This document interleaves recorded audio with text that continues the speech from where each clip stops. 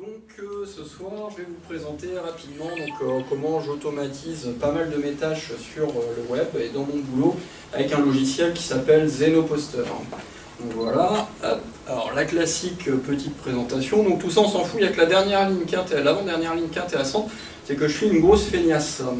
Et donc en tant que gros fainéant, moi j'aime pas refaire des tâches répétitives, puis j'aime pas faire des tâches tout court de toute façon. Donc j'ai cherché une solution qui me permettait d'économiser le poil que j'ai dans la main. Donc voilà, alors maintenant on va voir Zenoposter. Qu'est-ce que c'est? C'est un logiciel russe, donc, alors je casse le mythe tout de suite, c'est un logiciel qui est payant en fait. Le premier achat, c'est le genre de logiciel que vous achetez à vie, mais il y a une maintenance de mise à jour qui doit être garantie pendant 1 an, c'est ça? 6 mois. Donc voilà, donc après vous mettez à jour, vous mettez pas à jour. Le tarif d'entrée c'est 80 €, il me semble, parce que c'est en dollars évidemment vu que c'est russe. Donc voilà, c'est pas, après on a besoin, on n'a pas besoin, moi je trouve ça pas très cher, ça tourne. Pour les mises à jour, on arrive toujours à se débrouiller avec des copains ou pas, enfin si on en a la valeur, vous allez voir c'est très vite rentabilisé. Donc ça c'était pour le petit pitch. Alors Zenoposter c'est pour qui? Alors il y a première chose, c'est pour les bidouilleurs, donc pour les MacGyver d'internet, c'est-à-dire que même si on peut tout automatiser, tout programmer sans avoir besoin forcément de faire une ligne de code, il faut quand même aimer bidouiller, il faut quand même aimer travailler un petit peu avec des outils comme Firebug ou ce genre de choses, voir un petit peu le code, connaître les notions de variables, enfin vraiment les notions basiques. Et il faut aimer la recherche, quoi. Parce qu'on travaille avec des API, on travaille avec des listes, ce genre de choses, enfin, quand on veut faire des grosses choses. Donc c'est quand même à voir. La deuxième partie, ça c'est le gros point noir, c'est que ça marche que sur Windows. Donc ça c'est vraiment de la merde, on peut le dire. Donc voilà, après moi je suis un utilisateur de Mac, donc j'utilise quelque chose qui s'appelle Parallels. Donc j'émule Windows directement sur mon Mac. Et j'ai aussi un VPS Windows à 20 balles par mois, quelque chose comme ça. Donc je fais tourner Zenoposter et d'autres softs et tout ça, d'automatisation et d'autres genres de choses. Donc voilà, il faut savoir quand vous utilisez un Mac, un petit truc à la con, c'est que vous avez le clavier Mac. Alors c'est vraiment la merde en fait, parce qu'il n'y a pas toutes les touches, on ne retrouve pas tout, enfin, c'est une galère pas possible. Mais on s'en sort quand même. Donc voilà. Donc maintenant, Zenoposter, la partie intéressante. Alors qu'est-ce qu'on peut faire avec Zenoposter? Il faut savoir que c'est un logiciel qui, comme moi d'ailleurs, vient du milieu du SEO en fait. Donc le SEO, c'est des gros spammers, surtout les Russes. Donc les tâches de base, en fait, les premiers templates qui ont été faits avec ça, c'est vraiment des actions de spam massif, mais on peut faire beaucoup de choses avec. Donc là, par exemple, vous voyez, moi j'ai mis alors tous les trucs en fait qui sont indiqués, c'est des trucs que moi je fais. Donc on peut enregistrer des comptes en masse, c'est-à-dire, je sais pas, moi par exemple, je sais qu'il y en a 2-3 qui connaissent, mais sur Hello Cotton, on peut faire des blogs, sur Blogger, sur WordPress.com et tout. On peut automatiser la création de ce qu'on appelle les Web 2.0, la création du persona, la création, et si vous faites en anglais, il y a même des modules à l'interne de Zenoposter qui vous créent les noms des personnes, les mots de passe, les machins et tout automatique. En français, non. Il faut bidouiller un petit peu le truc. Donc on peut poster du contenu en masse, une fois qu'on a enregistré des comptes en masse, évidemment. Donc là on peut, je sais pas, récupérer du contenu dans la Wayback Machine, le reposter sur son site, par exemple. Donc on peut scraper des bases de données web. Alors, il faut savoir qu'il y en a énormément. Je pense à des exemples comme ça. La dernière que j'ai vue, c'est Magalu. Et le plus gros truc connu, ça va être l'open data, en fait, qui fourmille, qui regorge de bases de données ouvertes avec lesquelles on peut faire beaucoup de choses. Donc voilà, moi c'est un truc que je fais aussi. J'ai un petit logiciel de veille tarifaire entre mes prix, j'ai un e-commerce, et les prix du concurrent. Il faut savoir que les outils dans ce domaine-là, ça doit être 100 balles par mois à peu près, hein, c'est ça, le pricing assistant. Bon bah voilà, moi j'ai fait un petit template moi-même. En amont, il y a eu du boulot, il a fallu que je mappe les produits du concurrent avec les miens et tout, mais maintenant mon petit template, il va chercher les prix tout seul et je reçois un fichier Excel avec s'il y en a qui a baissé ou qui a augmenté ou quoi. Donc les réseaux sociaux, pro ou non pro, hein, ça veut dire vous pouvez automatiser votre réseau social à vous, votre LinkedIn ou quoi, mais aussi créer des fausses personnes pour cibler, je sais pas moi, les architectes ou ce genre de choses. Alors après, aussi, quand même pour le pitch, c'est un outil en fait, donc comme beaucoup d'outils, il fait ce qu'on lui dit de faire. C'est-à-dire qu'en fait, l'outil, il n'est pas mauvais en lui-même dans le sens des intentions. On peut automatiser des choses tout à fait correctes et éthiques, et on peut aller très loin aussi. Mais ça dépend de la personne qui utilise et pas de l'outil. Donc voilà, donc la mise en ligne des sites et de leur maintenance. Alors, est-ce qu'il y en a ici qui travaillent avec WordPress? Voilà, beaucoup de monde, évidemment.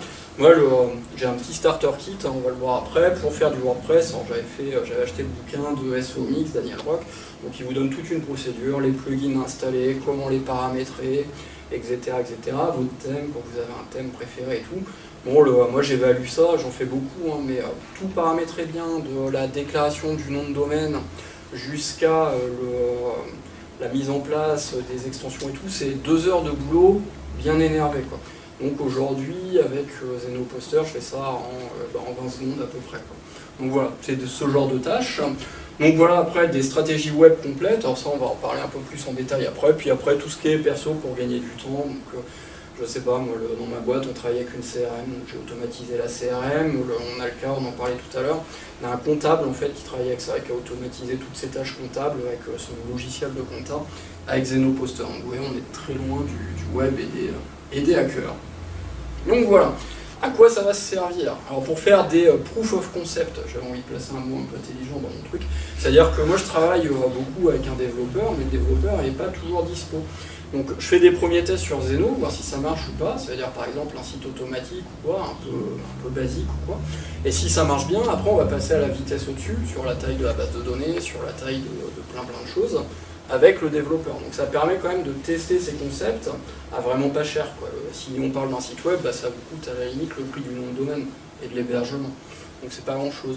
Donc il faut savoir que c'est un outil, il utilise la vue d'homme sur les navigateurs. Est-ce que vous savez ce que c'est que la vue d'homme? C'est un petit peu plus technique. C'est-à-dire qu'en fait, c'est ce que voit l'utilisateur. D'accord? C'est pas le code source de la page, c'est vraiment le code affiché. C'est-à-dire une fois le JavaScript et tout ça chargé. Ok? Donc là, c'est pareil, c'est un peu pour les spécialistes, mais c'est un peu ce que va faire Casper et PhantomJS. D'accord? Qui sont des trucs un petit peu costauds et tout, qui permettent. Là, en gros, ce que je suis en train de vous dire, c'est que, à moins d'aller trop vite avec Zenoposter, parce que c'est un bot qui peut aller très très vite, on ne peut pas vous cramer, on ne peut pas savoir que vous n'êtes pas un être humain derrière la machine. C'est vraiment une émulation du navigateur. Donc voilà. Et après, il y a des nombreuses fonctions d'aide pour les mecs qui sont un peu nuls comme moi, donc au niveau... pour designer ces templates, on va voir ça après. Donc on y est Action Designer, Regex Editor, ça vous fait un petit peu de Regex, donc je sais pas si y en a qui connaissent, très compliqué les Regex, mais franchement même moi j'y arrive, donc tout le monde peut le faire. Hop là. Tac. Ensuite, alors bon ça c'est quelques liens, donc voilà, où vous trouvez, de toute façon les slides ils sont dispo après j'imagine. Tu voulais pas nous les partager? Ouais, c'est ce que je suis en train de voir, mais sur mon écran ça rendait bien pourtant.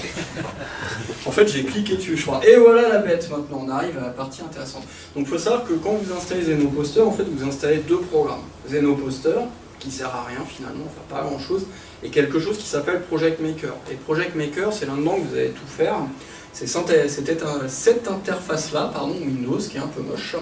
Et je vais vous présenter rapidement comment ça se passe, quoi. Donc là, vous avez au milieu la vue navigateur. Donc là, j'étais, comme je vous disais tout à l'heure, sur MyYahoo. Alors c'est des données, en fait, sur toutes les associations en France. C'est-à-dire que si vous voulez faire un annuaire des associations en France, c'est un nom qu'il faut se servir. Donc ils ont une espèce de petite API et tout ça. Bref, là, dans la colonne de gauche, vous avez votre template où il en est. Alors j'en parlais tout à l'heure en off. Est-ce qu'il y en a ici qui ont déjà fait du marketing automation? Ouais. Donc normalement en fait ce genre de vue que tu retrouves, c'est du modèle UML, c'est la même chose, c'est-à-dire tu as des modules, tu les fais glisser, déposer, tu vois ce que je veux dire, c'est assez simple. Non, personne d'autre a... Enfin, c'est vraiment, vous glissez une action, vous la déposez, vous dites à l'action, qu'est-ce que vous avez des types d'actions qu'on va voir après, et derrière vous n'avez plus qu'à paramétrer, ça se fait tout seul, quoi. Là ça veut dire qu'en gros, si je prends mon truc, c'est-à-dire bon il y a toujours un bouton start évidemment, donc il nettoie les cookies pour se déloguer, machin et tout ça. Là, on ne voit pas bien, mais il se rend à l'adresse internet MyYahoo truc, et il clique je sais pas où dans la page. Donc quand vous regardez, c'est vrai qu'on ne voit pas très bien, donc là il y a l'Advanced Editor qu'on va voir après, en fait c'est pour avoir que cette vue-là, quand on devient très très bon, on n'a plus besoin de voir le navigateur, on code directement avec les modules, on met ses actions dans les modules. Donc voilà, donc il y a la zone navigateur qu'on a vue, et à côté il y a l'arborescence de la page. Donc c'est pour ça, ça fait un peu penser dans le style à Firefox ou quoi. Soit admettons, moi je veux qu'il clique sur le bouton association. Donc soit je clique dessus, il va l'enregistrer directement, soit je peux aller faire un clic droit dessus, envoyer dans l'arborescence, vous voyez, là on ne voit pas, c'est le code de la page. Je vais dire c'est la div machin, hop, aussitôt il va le mettre dans l'Action Designer ici, avec la div et tout, paf, on cherche, on voit il a combien de... Enfin, tout est vraiment automatique, quoi, même s'il faut juste un petit peu de jugeote, plus que de technique, en fait, quoi. Je veux dire, vous savez, après, si c'est un A, il n'y a pas besoin de savoir ce que c'est qu'une balise A, quoi. Vous savez juste que vous cherchez le A de la classe machin, quoi. Donc voilà. Hop, ça c'est l'interface. Donc c'est là-dessus que tout se passe. Donc vous naviguez sur Internet, il y a un bouton record, donc vous enregistrez vos actions, et après lui il va répéter, quoi. Et le but ça va être de remplacer certaines des actions par des variables. Hop. Donc ça c'est un template. Alors ça a été fait récemment par un mec qui s'appelle Julien Gadano. Donc celui-là vous voyez il n'est pas hyper compliqué. Bien ça sert à hijacker en fait des comptes Twitter. C'est-à-dire qu'en fait il a repris des comptes Twitter de mecs qui étaient très connus, qui avait fait des posts, en fait il a repéré les posts où le lien était plus valable ou quoi, il a racheté le nom de domaine et il a fait sa pub dessus, quoi. Bon c'était pour la pub, mais vous voyez c'est que il y avait le compte de François Hollande dedans, si je ne me trompe pas, qu'on a vu en... Ouais, il a pas mis au public. Comment ? Phil Norman aussi. Ouais, ah oui, ouais, celui-là il l'a mis, mais François Hollande il l'a pas mis en public. Mais bon, bah voilà, vous pouvez avec un truc rapide comme ça. Et dessus il a changé que les photos. Tu arrives à lire là ce que tu as mis sur la routine en fait? Ouais, alors si tu... Bah là, donc comme toujours, ça démarre toujours pareil, donc tu nettoies tes cookies, après il se connecte en fait sur un site que j'arrive plus à voir, donc, mais ça doit être soit c'est Twitter, soit c'est une API directement en fait où il peut récupérer, ça doit être c'est TweetDeck, voilà. Je cherchais pour récupérer plus rapidement avec l'API. Donc là, il se connecte avec ses propres accès, hein, Julien Gadano, tac, password, il clique donc, sur login, c'est-à-dire une fois que tu as saisi tes mots de passe, il faut cliquer, c'est normal. Hop, et après là, on rentre dans des fonctions qui sont un petit peu plus complexes. Voilà, il met des pauses, parce que Zenoposter, il va un petit peu trop vite, donc souvent il faut le ralentir pour pas se faire griller. Mais là, ça lui permet, en fait, il a tout automatisé le truc, de récupérer les infos et de... derrière, ça va jusqu'à l'achat du nom de domaine ou pas. Hop, tac, donc ça, voilà, c'est le truc un peu hacker et tout. Enfin bon, là, c'était pareil, c'était pour faire une proof of concept, pour montrer comment ça marchait. C'était pas du tout dans le but de nuire ou quoi. Donc ça, c'est un autre qui est un petit peu plus gros. Donc celui-là, en fait, qu'est-ce qu'il fait? On pourra voir aussi en détail après. Lui, il récupère la donnée de Google Search Console. Tout le monde, enfin, vous connaissez pas mal. Et en fait, c'est une donnée, elle a 90 jours de rétention en fait. Donc c'est pas beaucoup. Et il existe plusieurs méthodes pour l'archiver. Soit vous le mettez dans votre base de données perso, soit on peut le faire avec les Google Sheets, etc. Enfin, il y a plein de trucs. Mais voilà, là, en fait, c'est fait avec Zeno. Et c'était fait avant qu'il y ait des modules pour Google Sheets et tout ça. Donc là, ça permet tout simplement de stocker soit dans un fichier Excel, soit dans un fichier Google Sheets sur Google, hein, qui est la même chose, votre donnée Search Console et pouvoir la consulter 1 an après, 6 mois après. La différence de ça, c'est qu'une fois que vous avez fait le template, le truc il a un cron, une tâche programmée qui va être tous les 30 jours, parce que on récupère un mois par mois, pour être tous les 90, hein, et le truc il va tourner tout seul et vivre de sa belle vie, quoi. Et s'il y a une erreur, de toute façon, Zenoposter vous le dira. Donc voilà. Hop. Ensuite, ça c'est Zenoposter, on va passer très rapidement dessus. Le vrai outil Zenoposter, c'est quoi? Donc c'est un gestionnaire de tâches. On voit bien, il y a des templates à l'intérieur, ils sont en barre de progression, ils sont programmés, il y a un schedule qu'on voit en bas, et voilà, une fois que vous avez mis tout ça là-dedans, le truc il se répète à la fréquence que vous lui avez demandé. Il y a des logs, si jamais ça bug, le système vous met une alerte. Là par exemple, il est en vert, évidemment, s'il y a quelque chose qui ne marche pas, il passe en rouge. Vous pouvez corriger le template, parce que parfois il y a de la maintenance à faire sur les templates, puisqu'il suffit qu'un utilisateur change un bouton ou quoi, ça ne marche plus. Donc voilà, maintenant on va passer sur les cas pratiques. Donc moi, quelques trucs que j'utilise personnellement, en plus de ceux qu'on a vus. Donc là, je vous en ai parlé tout à l'heure, donc c'était l'installation de WordPress préparamétré. Donc j'utilise WordPress avec un plugin qui s'appelle, en gros je me suis mis en WordPress sur un domaine de prod que j'ai paramétré moi-même, j'ai installé mes plugins, machin, donc voilà, j'ai mis le livre de Daniel Rock, j'ai vraiment suivi le how-to pour que le truc soit configuré de base. J'utilise un plugin qui s'appelle Duplicator, mais il y en a plein qui sont équivalents, ça veut dire que ça vous permet de dupliquer votre WordPress et de le réinstaller ailleurs. J'utilise cPanel, qui est une interface de gestion chez le navigateur ou de Switch en fait, qui vous permet de gérer votre serveur plus facilement. Et avec ces trois outils-là, j'installe des WordPress en 20 secondes chrono, en allant, donc on peut mettre des inputs dans Zenoposter, donc je lui dis le nom de domaine, je lui dis le répertoire sur le serveur où je l'installe et il fait tout seul. Y compris avec thème et plugin. Ah ouais, bah en fait les plugins. C'est une instance quoi. Ouais, en fait pour détailler, là il n'y a pas le template, mais en gros qu'est-ce que je fais, c'est que le premier truc, donc je me connecte à quelque chose qui s'appelle Main de WP, qui est une console de gestion de WordPress, où j'ai tous mes WordPress, j'en ai quelques-uns. Je fais une mise à jour de ce que j'ai appelé mon Fresh WP, donc pour que tous les plugins soient à jour. Une fois que c'est à jour, je vais avec Duplicator, je l'exporte, donc c'est des clics dans un navigateur, donc Zenoposter il sait faire. Une fois que j'exporte, en fait, je recopie ces fichiers-là qui ont été téléchargés sur le serveur FTP, donc là, il faut passer par un petit peu de code. Derrière, une fois que ça c'est fait, en fait, il va dans le cPanel, il paramètre tout, il rajoute le domaine et tout ça.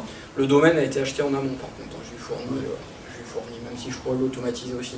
Et à la fin, tu n'as plus que ton site nu, mais il est paramétré. Donc là, tu peux mettre tes contenus, quoi. Tu peux aller plus loin si tu as des contenus, ça dépend de ce que tu veux faire. C'est un site automatique, ou si c'en est pas un.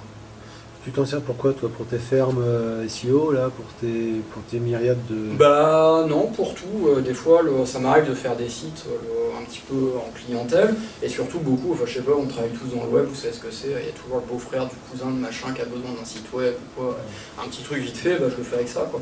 Un WordPress basique qui est vraiment rapide, sans se prendre la tête.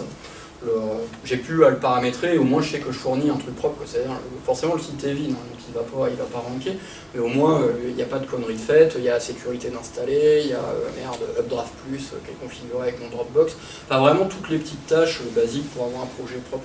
Seulement moi justement je suis plutôt dans les sites assez propres, quoi. Pas comme tout le monde. Et regardez personne. Donc voilà, donc ça, qu'est-ce que j'ai fait aussi? Alors ça c'est vraiment au boulot, j'avais ma collègue administrative qui était totalement en souffrance, la malheureuse. Il faut savoir que nous on travaille, c'est pas moi qui ai choisi, avec un site, comment on appelle ça, avec un CMS propriétaire, c'est-à-dire qu'il est complètement verrouillé et tout, mais alors là pour être verrouillé, celui-là est verrouillé de chez verrouillé. Donc ça marche pas mal, hein, mais bon voilà, on peut rien faire dedans, ça s'appelle Oasis 7. Comme au boulot ils sont un peu sadomaso, on a une CRM qui s'appelle Sage. S'il y en a qui connaissent, ça doit être la CRM la plus vendue, enfin une des plus installées dans les PME, mais c'est pareil, c'est hyper archaïque et c'est vraiment pas terrible. Donc il faut savoir que tout ce qui est Sage, ça coûte des fortunes, la moindre intégration ou quoi, vous ne pouvez pas le faire vous-même non plus, et Oasis 7 c'est pareil. Sauf que, il se trouve que ces deux trucs-là, ils ont un point commun, c'est qu'ils fonctionnent en SAS en fait, donc en navigateur web. Donc voilà, il faut savoir que jusqu'à récemment, ma collègue, en fait, dès que quelqu'un s'inscrivait sur le site web, qui est un canal de vente comme un autre, on a des boutiques et tout ça, des vraies boutiques, il fallait qu'elle se retape tout à la main pour recréer le compte de la personne dans la CRM qui fait valeur officielle de contact, quoi. Donc ça paraît pas comme ça, mais à 10 inscriptions par jour minimum, c'est des heures de perdu. Enfin, à l'année, moi j'avais compté, ça lui faisait 1 mois et demi de vacances, je crois. Donc voilà, ben, j'ai automatisé tout, c'est du copier-coller de champ, hein, tout connement, quoi. C'est-à-dire on récupère le champ nom dans Oasis, on met le champ nom dans la CRM, des trucs aussi cons que ça, aussi chiants que ça, et le template il m'a pris, je sais pas, une demi-heure à faire, hein. Ouais, 1 heure. Voilà. Et ma collègue est très contente maintenant, mais elle part pas plus en vacances. Voilà, donc ça c'est les personas, donc, moi j'appelle ça des bots, mais les personas c'est un terme qui est assez à la mode en ce moment. C'est-à-dire que bah, voilà, on en parlait tout à l'heure, ce qui marche pas mal dans le B2B, c'est tout ce qui va être LinkedIn. Nous on vend du garde-corps et tout ça, on est dans le BTP et tout, bon bah, je sais pas, on a une cible par exemple, c'est les architectes. Donc ce qui pourrait être intéressant de faire, c'est d'avoir un compte d'architecte qui va cibler tous les architectes sur LinkedIn et tout ça, et que vous savez, on en reçoit tous maintenant, vous avez des gens, ils vous demandent sur LinkedIn, vous les acceptez, 5 minutes après, vous avez un mail qui dit ouais j'ai des super services à te vendre, blablabla et tout ça, bon bah voilà. Bah ça vous pouvez l'automatiser complètement avec Zenoposter, vous créez des personas, comme ça après vous pouvez vous faire des bases de données assez qualifiées sur des secteurs. Sachant qu'après il y a des hacks sur LinkedIn, je ne sais pas si tu as encore, on peut récupérer les emails sur Facebook aussi, bon ça bouge tout le temps mais voilà. Donc moi les réseaux sociaux que j'automatise avec ça, donc Pinterest, puisqu'on fait pas mal de visuels, Instagram, Twitter, le classique quoi, follow, unfollow, envoyer un message, merci de m'avoir suivi, blablabla. LinkedIn et House aussi qui est un super réseau quand on fait quand on travaille dans le bâtiment, qui est sympa. Donc sur House, moi c'est un peu autre chose, en fait je leur pique des images. Enfin, il les donne, mais normalement, il leur tag. Voilà. Tac, donc voilà, les web 2.0, j'en ai parlé tout à l'heure, ça peut toujours être sympa. Donc là, on va rentrer dans des trucs un peu plus black, en fait, hein, en termes de référencement, où là, on va parler de contenu automatique et tout ça. Bon, aujourd'hui, en fait, si vous achetez un nom de domaine, si vous l'hébergez, machin ou quoi, allez, on va dire, c'est peut-être 20 balles de coût, c'est pas beaucoup comme ça. Quand vous avez 1000 domaines à faire, ça peut monter très très vite. Donc la solution, c'est de ne pas héberger soi-même, de ne pas gérer le nom de domaine soi-même, et de faire des blocs sur ce genre de plateforme qui vous permettent de faire des liens après. Donc voilà, donc aujourd'hui, on peut automatiser la création d'un blog en .wordpress.com, quoi. Bon, moi, j'utilise pas beaucoup, il y en a qui utilisent plus. Tac. Ça marche pas mal. Alors ça, voilà, ça c'est un de mes préférés. Donc c'est le scrapping et la création automatique d'open data. Moi je suis pas un super dev, donc j'utilise souvent WordPress. Aujourd'hui, vous avez dans Open Data, moi je travaille beaucoup avec, en toute transparence, avec le jeu de data des établissements sportifs, c'est-à-dire toutes les infrastructures de sport et tout ça, quoi.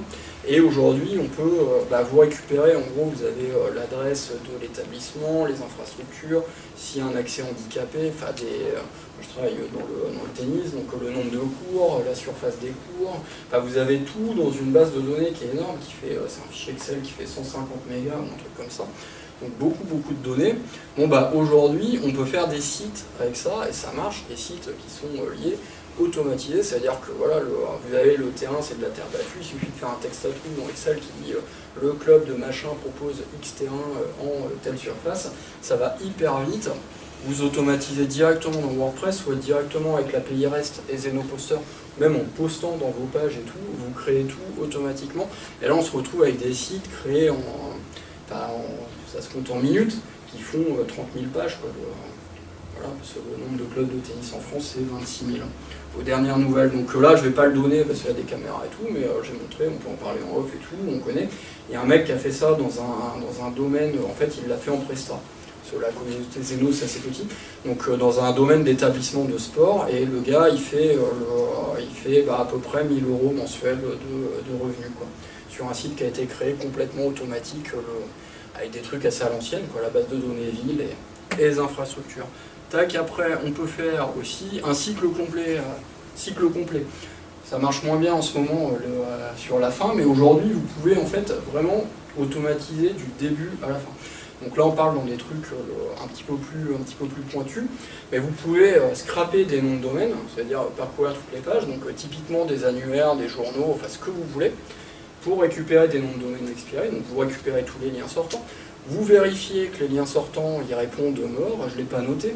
Vous vérifiez la santé des noms de domaine, s'ils n'ont pas été spammés par les Chinois ou quoi. Vous vérifiez la disponibilité achat, donc ça c'est avec les API Internet BS, qui est une des plus connues parce qu'ils font partie des moins chers, ou avec l'API d'OVH. Vous installez donc votre WordPress en automatique et vous l'ajoutez dans votre console de gestion.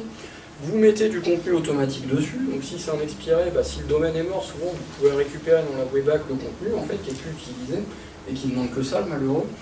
Vous ajoutez les titles dans Serposcope, c'est un outil de suivi de position que j'utilise, mais n'importe lequel, en fait, pour vérifier la santé du site. Vous vérifiez en fait que les titles se positionnent en page 1. Moi, c'est mon critère arbitraire à moi, mais ça me permet de voir, là, c'est le site. Pardon. Ouais, non mais après il y aura les questions, c'est parce que j'ai peur d'être short en temps.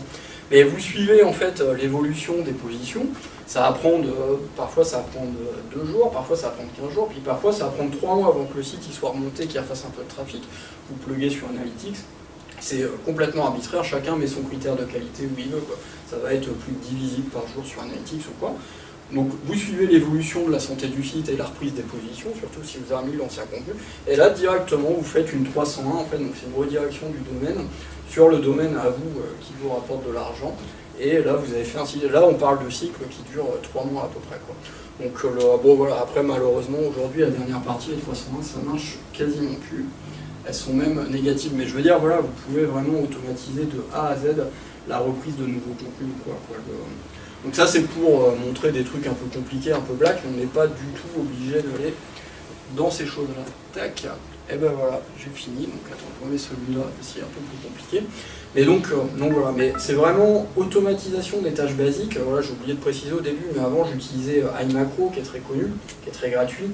Et mais c'est vraiment basique, on va pas très loin, quoi. Zenoposter, donc j'ai pas mon VPS là, mais vous avez un nombre d'actions qui est vraiment qui est vraiment hyper important, quoi. Ça, vous pouvez mettre des petits formulaires pour récupérer nom et prénom, par exemple, pour créer la personne.